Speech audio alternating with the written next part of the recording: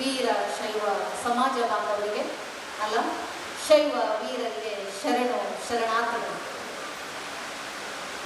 ಮಹಾಮಹಿಮ, ಮಹಾದಾಸೋಹಿ, ಕಾಯಕ ಯೋಗಿ, ಜನ ಸೇವೆಯೇ ಜನಾರ್ದನ ಸೇವೆಯೆಂದ ಕರುಣಾಮೂರ್ತಿ ಶ್ರೀ ಗುರು ಚರಂತಪ್ಪಜ್ಜನವರ ಮಹಾಸ್ವಾಮಿಗಳ 22ನೇ ಪುಣ್ಯ ಸ್ಮರಣೆಗೆ, ಅವರ ಪಾವನ ಸಾನ್ನಿಧ್ಯಕ್ಕೆ ನಮಿಸುತ್ತಾ, ಮೊನ್ನೆ ಶ್ರೀಗಳ ಜೊತೆ ಮಾತಾಡ್ತಾ ಇದ್ದೆ.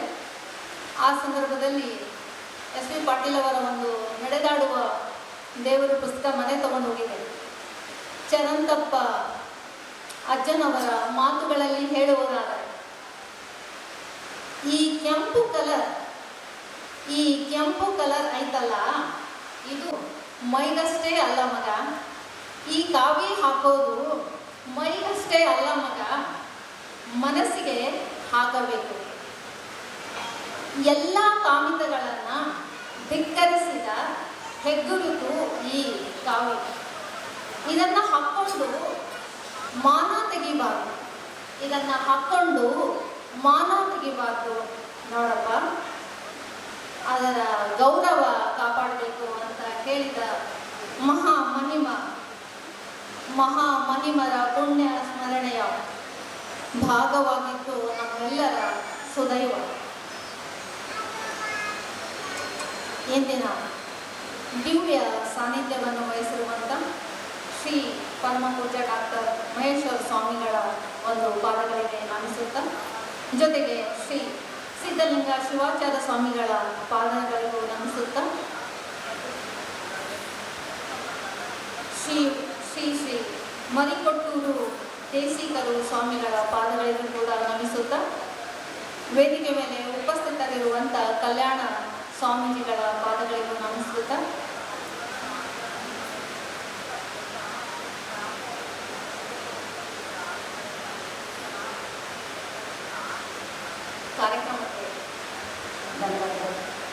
ಕಾರ್ಯಕ್ರಮಕ್ಕೆ ಅತಿಥಿಗಳಾಗಿ ಆಗಮಿಸಿದಂಥ ಡಾಕ್ಟರ್ ರೇಣುಕಾ ಮಂಜುನಾಥ್ ಅವರೇ, ಡಾಕ್ಟರ್ ಎಲ್ ಸುಮಲತಾ ಅವರೇ,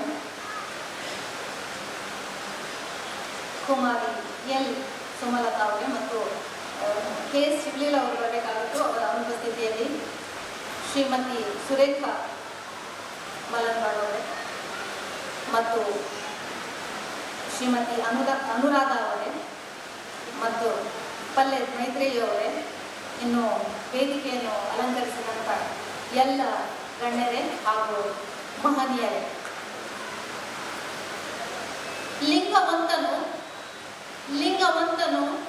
ಲಿಂಗವಂತರಲ್ಲಿಯೇ ಸಂಗವ ಮಾಡುವ, ಲಿಂಗವಂತರಲ್ಲಿಯೇ ಸಂಗವ ಮಾಡುವುದು, ಲಿಂಗ ಬಾಹ್ಯರ ಸಂಗವ ಮಾಡಲಾಗದು, ಲಿಂಗ ಬಾಹ್ಯರ ಸಂಘ ಮಾಡಲಾಗದು.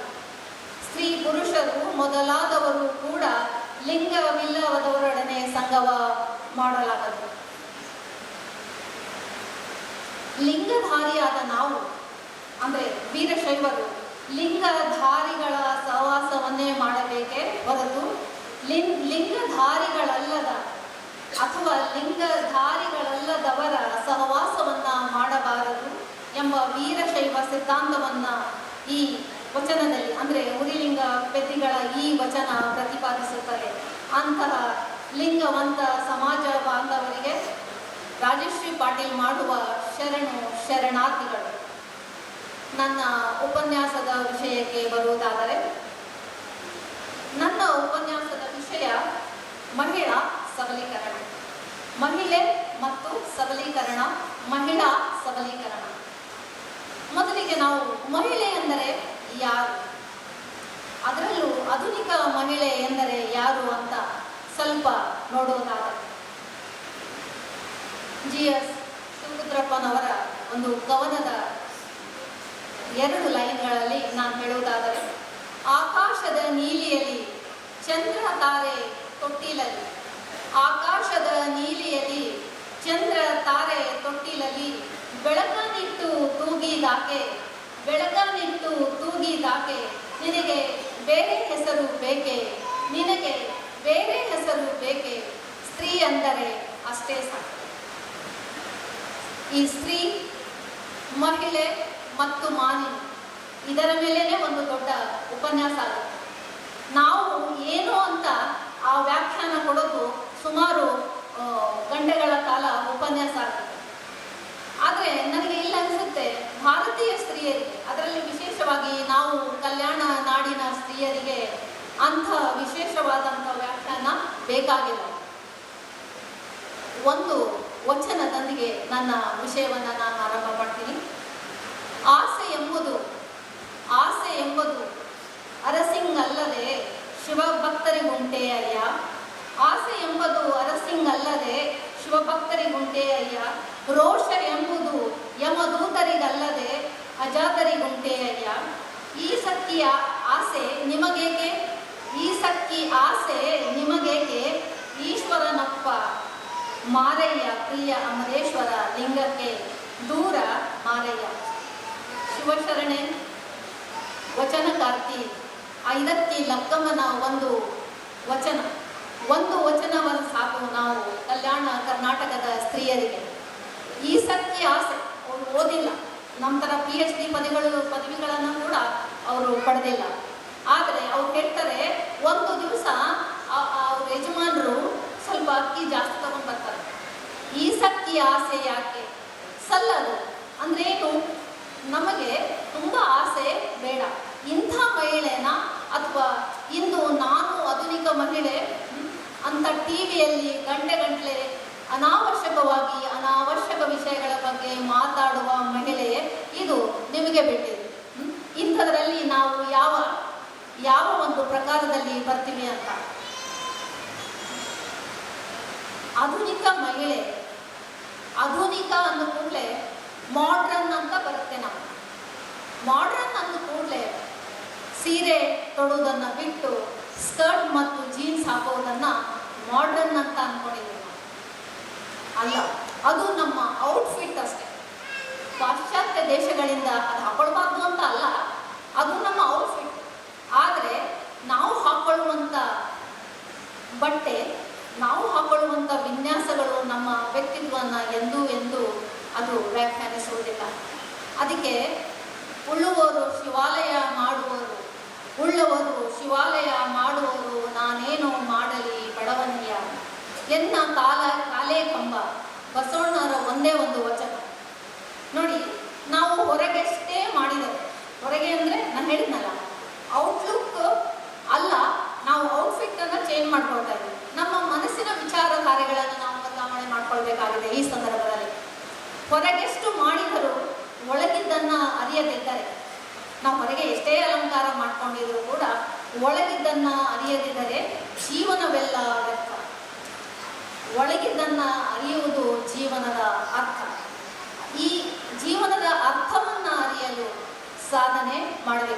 ಸಾಧನೆ ಮಾಡಬೇಕು ಅಂದರೆ ಮೌಂಟ್ ಎವರೆಸ್ಟ್ ಏರಬೇಕು ಅಂತ ಏನೋ ನಿಯಮ ಇಲ್ಲ.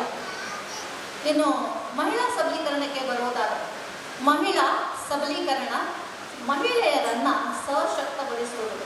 ಮೊದಲಿಗೆ ಇವು ಕೇಂಬ್ರಿಡ್ಜ್ ವಿಶ್ವವಿದ್ಯಾಲಯದ ಒಂದು ಶಬ್ದಕೋಶ ಡಿಕ್ಷನರಿ ನಾವು ತೆಗೆದರೆ, ಮಹಿಳಾ ಸಬಲೀಕರಣ ಎಂದರೆ ಹೆಣ್ಣು ಮಕ್ಕಳಿಗೆ ಅಂದರೆ ಅವರಿಗೆ ಬೇಕಾದದ್ದನ್ನು ಮಾಡಲು, ಅವರ ಜೊತೆ ಏನಾಗುತ್ತಿದೆ ಎಂಬುದನ್ನು ನಿಯಂತ್ರಿಸಲು ಅಗತ್ಯವಿರುವ ಸ್ವಾತಂತ್ರ್ಯ ಮತ್ತು ಅಧಿಕಾರವನ್ನು ನೀಡುವುದಾಗಿದೆ.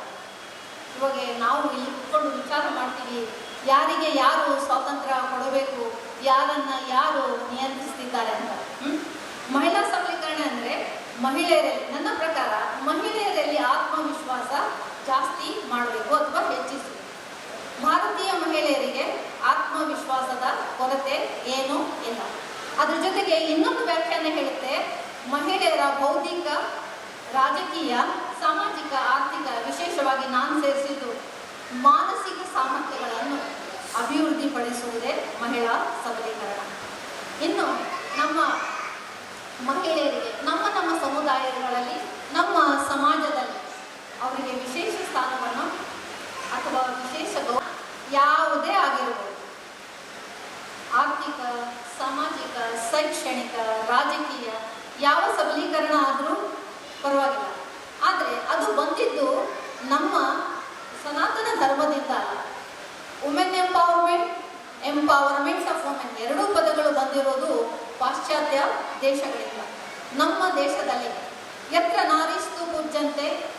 ನಾರಿಸ್ತು ಪೂಜ್ಯಂತೆ ರಮ್ಯಂತ್ರೆ ತತ್ರ ದೇವತಾ, ಅಂದರೆ ಯಾವ ನೆಲದಲ್ಲಿ ನಾರಿಯನ್ನ ಪೂಜಿಸಲ್ಪಡುತ್ತದೆಯೋ ಅಲ್ಲಿ ದೇವತೆಗಳು ವಾಸ ಮಾಡ್ತಾರೆ ಅಂತ ಪುಣ್ಯ ಭೂಮಿ ನಮ್ಮದು. ನಮ್ಮ ನೆಲದ ಮಹಿಳೆಯರು ಎಂದಿಗೂ ಅಬಲೆಯರಲ್ಲ, ಅವರು ಯಾವಾಗಲೂ ಸಬಲೆಯರೇ ಆಗಿದ್ದಾರೆ. ಯಾವ ಮಹಿಳೆ ಹುಟ್ಟಿನಿಂದ, ಡಾಕ್ಟರ್ ರೇಣುಕಾಕ ಇದ್ದಾರೆ ಇಲ್ಲಿ, ನಾನು ಸ್ವಲ್ಪ ವೈದ್ಯಕೀಯ ಇದಕ್ಕೆ ಹೋಗ್ಬೇಕಾದ್ರೆ ನಾವೆಲ್ಲ ಪ್ರೊಫೆಸರ್ ಆಗಿ ಅವ್ರ ಮಾತುಗಳು ಆಡೋದ್ಮೇಲೆ ಒಂದು ಉದಾಹರಣೆ, ಯಾವ ಮಹಿಳೆ ಹುಟ್ಟಿನಿಂದ ಬಯಾಲಜಿಕಲಿ ಜೈವಿಕವಾಗಿ ತುಂಬ ಸ್ಟ್ರಾಂಗ್ ಇರ್ತಾಳೆ, ಅದು ಒಂದು ಉದಾಹರಣೆ ಹೇಳ್ತೀನಿ. ನನ್ನ ಸಣ್ಣ ಮಗಳು ಇವಾಗ ದೊಡ್ಡಳಾಗಿದ್ದಾಳೆ. ಅವಳು ಹುಟ್ಟಿದಾಗ ಒಂದು ದಿವಸ ನಾನು ನನ್ನ ಯಜಮಾನ್ರು ಇಬ್ಬರು ವ್ಯಾಕ್ಸಿನೇಷನ್ ಇರ್ತದಲ್ಲ ಅದೊಂಥರ ಹಾಕಿಸೋದಕ್ಕೆ ಡಾಕ್ಟರ್ ತಿರುಮಲ ರಾವ್ ಹತ್ರ ಹೋಗಿದ್ವಿ. ಇನ್ಫ್ಲೂಯೆನ್ಸಾ ನಮಗಿಂತ ಮೊದಲು ಇಬ್ಬರು ಒಬ್ಬ ಅಜ್ಜಿ ಮತ್ತು ತಾತ ಪೇರೆಂಟ್ಸು ಒಂದು ಗಂಡು ಮಗುವನ್ನು ಕರ್ಕೊಂಡ್ಬಂದಿದ್ರು ಹಾಸ್ಪಿಟಲ್ಗೆ. ಸೇಮ್ ಇಂಜೆಕ್ಷನ್ ಇತ್ತು ಆ ಮಗುವಿಗೆ, ಅದು ಬಾಯ್ ಬೇಬಿ ಆಗಿತ್ತು. ಅದು ನಮಗಿಂತ ಮೊದಲು ಅದನ್ನು ಇಂಜೆಕ್ಷನ್ ಮಾಡಿರ್ತಾರೆ, ವ್ಯಾಕ್ಸಿನೇಷನ್ ಮಾಡಿದ್ಮೇಲೆ ತುಂಬ ಗಟ್ಟಿ ಅಳ್ತಾ ಇತ್ತು ಮಗು. ನಾನು ಅಲ್ಲಿರುವಂಥ ವಾರ್ಡ್ ಬಾಯ್ಗೆ ಕೇಳಿದೆ, ಇದು ತುಂಬ ನೋವಾಗುತ್ತೆ ಮಗು ಯಾಕೆ ಇಷ್ಟು ಗಟ್ಟಿ ಅಳ್ತಾ ಇದೆ ಅಂತ. ಇಲ್ಲ ಮ್ಯಾಮ್, ಅದು ಸ್ವಲ್ಪ ಚುರ್ರ ಅನ್ಸುತ್ತೆ ಅಂತ. ಅದಾದಮೇಲೆ ನಾನು ನಮ್ಮ ಯಜಮಾನರು ಒಳಗೆ ಹೋಗಿ ನನ್ನ ಮಗಳನ್ನ ಟೇಬಲ್, ಅವರು ಡಾಕ್ಟರ್ ಸ್ವಲ್ಪ ಭಾಳ ಕಲಿಸಿದ್ರು, ಮೇಡಮ್ ನೀವು ಆ ಕಡೆ ತಿರ್ಕೊಳ್ಳಿ ಅಂತ ಹೇಳಿ ನಾನು ನನ್ನ ಮುಖ ಆ ಕಡೆ ತಿರ್ಕೊಂಡೆ. ನೋಡಿದ್ರಲ್ಲೇ ನನ್ನ ಮಗಳಿಗೆ ಇಂಜೆಕ್ಷನ್ ಮಾಡಿದೆ. ಇಂಜೆಕ್ಷನ್ ಆಯ್ತಾ ಅಂತ ಕೇಳಿದೆ. ಹ್ಞೂ ಅಂತ ಅವ್ರು ಹಾಗೆ ಆರಾಮಾಗಿದ್ದು ಅಳ್ತಾ ಇದ್ದೇನೆ. ಈ ವಿಷಯ ನಿಮಗೆ ಯಾಕೆ ಹೇಳಬೇಕು ಅಂದರೆ, ಬಯಾಲಜಿಕಲಿ ಹುಟ್ಟಿಂದ girls are stronger than boy baby. ಅಂಥ ಸ್ಟ್ರಾಂಗ್ ಇರುವಂಥ ಮಹಿಳೆಯನ್ನ ನಾವು ಸಾಮಾಜಿಕವಾಗಿ ಒಂದು ಚೌಕಟ್ಟಿನಲ್ಲಿ ಹಾಕಿ ನೀನು ಹಂಗೆ ಮಾಡಬೇಡ, ನೀನು ಹಿಂಗೆ ಮಾಡಬೇಡ ಅಂತ ಫಿಸಿಕಲಿ ನಾನು ನಮ್ಮ ಕಾಲೇಜಲ್ಲಿ ಗರ್ಲ್ಸ್ ಮತ್ತು ಬಾಯ್ಸಿಗೆ ಅಂತ ಇರ್ತೇನೆ. 5 kg ಅಕ್ಕಿ ಪರಿಣಿತ ಎತ್ತಿದ್ರೆ ಮಲ್ಲೇಶ್ ನೀನು ಎಷ್ಟು kg ಎತ್ತೀಯ ಅಂತ. ಇಲ್ಲಿ ದೇಹದ ತೂಕ ಮತ್ತು ದೇಹದ ಏನಂತಿರಲ್ಲ ನಾವು weakness is not in appearance ಅಂತ. ಕಳ್ಳಿಗಿದ್ರೆಲ್ಲ ವೀಕ್ ಇರ್ತಾರೆ, ನಾವು we are not weak of section. ಕ್ಷಮಿಸಬೇಕು ಎಲ್ಲ ಶ್ರೀಗಳು. ಹುಟ್ಟಿಂದ ಎಲ್ಲ ತಾಯಿಂದ ನಮ್ಗೆ, ಅದರಲ್ಲಿ ವಿಶೇಷವಾಗಿ ನಾನು ಇವತ್ತು ಹಾಕೊಂಡಿದ್ದು ಭಾರತೀಯ ಮಹಿಳೆಯರು ತುಂಬ ಸ್ಟ್ರಾಂಗ್ ಇರ್ತಾರೆ. ಮಾನಸಿಕವಾಗಿ ಭೌತಿಕವಾಗಿ ತುಂಬ ಸ್ಟ್ರಾಂಗ್ ಇರುವಂಥ ಮಹಿಳೆಯರನ್ನು ನಾವು ಬರ್ತಾ ಹೆಂಗೆ ಮಾಡ್ತೀವಂದರೆ, ಅದಕ್ಕೆ ಇಲ್ಲಿರುವಂಥ ಎಲ್ಲ ಮಹಿಳೆಯರು ಮತ್ತು ಸಮಾಜ ಭಗಿನಿಯರು ತುಂಬ ಕಲ್ಚರ್ ಆಗಿದ್ದಾರೆ. ನಾವು ಯಾವ್ಯಾವ ವಿಷಯಗಳನ್ನು ಕಾಲೇಜಲ್ಲಿ ಹೇಳುವಂಥ ವಿಷಯಗಳನ್ನು ಇಲ್ಲಿ ಹೇಳೋದಕ್ಕೆ ಆಗೋದಿಲ್ಲ. ನೀವೆಲ್ಲರೂ ಸುಸಂಸ್ಕೃತ ಮನೆತನದಿಂದ ನನಗಿಂತ ಜಾಸ್ತಿ, ನೀವು ಮಾತಾಡೋಕ್ಕಾಗದೇ ಇದ್ರೂ ಕೂಡ ನನಗಿಂತ ಜಾಸ್ತಿ ನಾಲೆಜನ್ನು ಇದರಲ್ಲಿ ನೀವು ಹೊಂದಿರ್ತೀರ. ಅದಕ್ಕೆ ಇನ್ನು ಜಾಸ್ತಿ ನಿಮಗೆ ವಿಷಯದ ವಿವರಣೆಯನ್ನು ನೀಡದೆ ನನ್ನ ಒಂದು ಇದನ್ನು ಚೊಟ್ಟುಗೊಳಿಸುತ್ತೇನೆ. ಸ್ವಲ್ಪ ಧರ್ಮದ ಬಗ್ಗೆ, ನಮ್ಮ ವೀರಶೈವ ಧರ್ಮದ ಬಗ್ಗೆ ಹೇಳಬೇಕಾದ್ರೆ, ನಮ್ಮ ವೀರಶೈವ ಧರ್ಮ ಪ್ರಪಂಚದಲ್ಲಿ 4ನೇ ಶ್ರೀಮಂತ ಸಮುದಾಯವಾಗಿದೆ. ಪ್ರಪಂಚದಲ್ಲಿ 11ನೆಯ ಸ್ಥಾನದಲ್ಲಿದೆ. ಏಷ್ಯಾ ಖಂಡದಲ್ಲಿ 5ನೇ ಸ್ಥಾನದಲ್ಲಿದೆ. ಭಾರತದಲ್ಲಿ ನಮ್ಮ ವೀರಶೈವ ಲಿಂಗಾಯತ ಧರ್ಮ 2ನೇ ಸ್ಥಾನದಲ್ಲಿದೆ. ಕರ್ನಾಟಕದಲ್ಲಿ ಅಕ್ಷರ, ಆಸರೆ, ಅನ್ನ ದಾಸೋಹದಲ್ಲಿ ಪ್ರಥಮ ಸ್ಥಾನದಲ್ಲಿದೆ. ಯಾಕೆಂದರೆ ಇಂತಹ ಶ್ರೀಗಳು ಮಠ ಮಾನ್ಯಗಳು ಬಹಳ ಇದ್ದಾವೆ.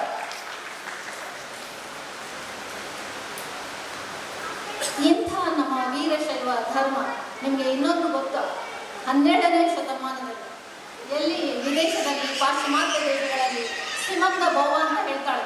ಸೊ ಅಮೇರಿಕನ್ ಒಬ್ಬ, ನಾನು PhD ಮಾಡಬೇಕಾದ್ರೆ ಭಾಳ ಓದ್ತಿದ್ದೆ. ಶ್ರೀಮಂತ ಭವ ಏನು ಹೇಳ್ತಾಳೆ, we are the second citizens, ನಾವು 2ನೇ ಪ್ರಜೆಗಳು. ಇಲ್ಲ, ನಮ್ಮ ವೀರಶೈವ ಧರ್ಮದಲ್ಲಿ ನಮ್ಮನ್ನು 2ನೇ ದರ್ಜೆಯ ಪ್ರಜೆಗಳು ಅಂತ ಯಾವತ್ತೂ ನಮ್ಮ ಪುರುಷರು ಅಂದಿಲ್ಲ. ಆ ಕಾರಣಕ್ಕಾಗಿ 12ನೇ ಶತಮಾನದಲ್ಲಿಯೇ ನಮಗೆ ದೀಕ್ಷೆ, ಪುರುಷರ ಸಮಾನವಾಗಿ ಲಿಂಗ ದೀಕ್ಷೆಯನ್ನು ಕೊಡಲಾಗ್ತದೆ. ನಮ್ಮ ಧರ್ಮದ ಬಗ್ಗೆ ಒಂದು 2 ಲೈನ್ಗಳನ್ನು ಹೇಳೋದಕ್ಕೆ ಇಷ್ಟಪಡ್ತೀನಿ. ನಮ್ಮ ಧರ್ಮ ನಾವು ಆಳುವ ನುಡಿಯಲ್ಲಿದೆ. ನಮ್ಮ ಧರ್ಮ ನಾವು ಆಳುವ ನುಡಿಯಲ್ಲಿ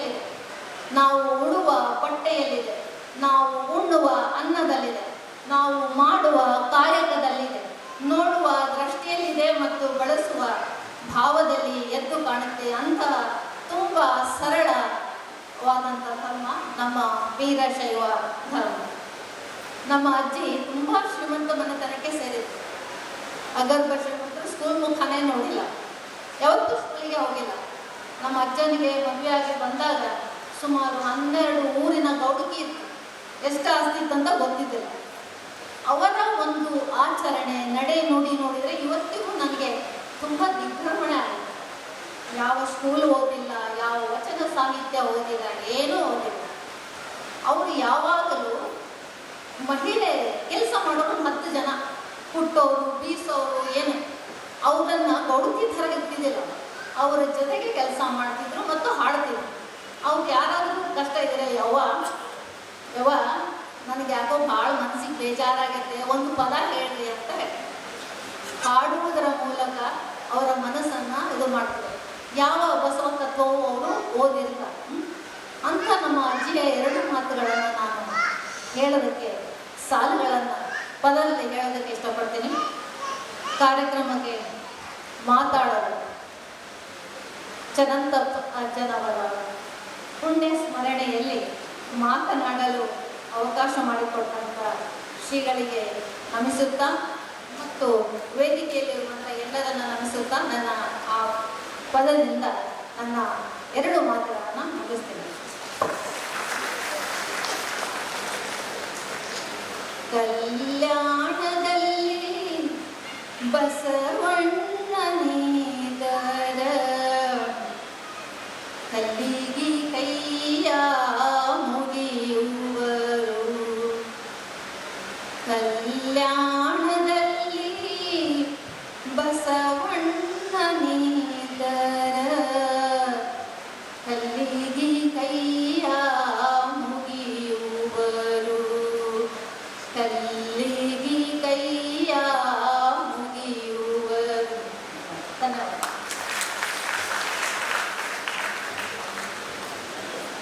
ಇದುವರೆಗೂ ಕೂಡ ಮಹಿಳಾ ಸಬಲೀಕರಣ ಅನ್ನುವಂಥ ವಿಷಯವಾಗಿ ತಮ್ಮ ಮುಂದೆ ಉಪನ್ಯಾಸವನ್ನು ಮಂಡಿಸಿರ್ತಕ್ಕಂಥ ಶ್ರೀಮತಿ ಡಾಕ್ಟರ್ ರಾಜಶ್ರೀ ಪಾಟೀಲ್ ಅವರಿಗೆ ಅಭಿನಂದನಾ ಸನ್ಮಾನ. ಈ ಸನ್ಮಾನವನ್ನು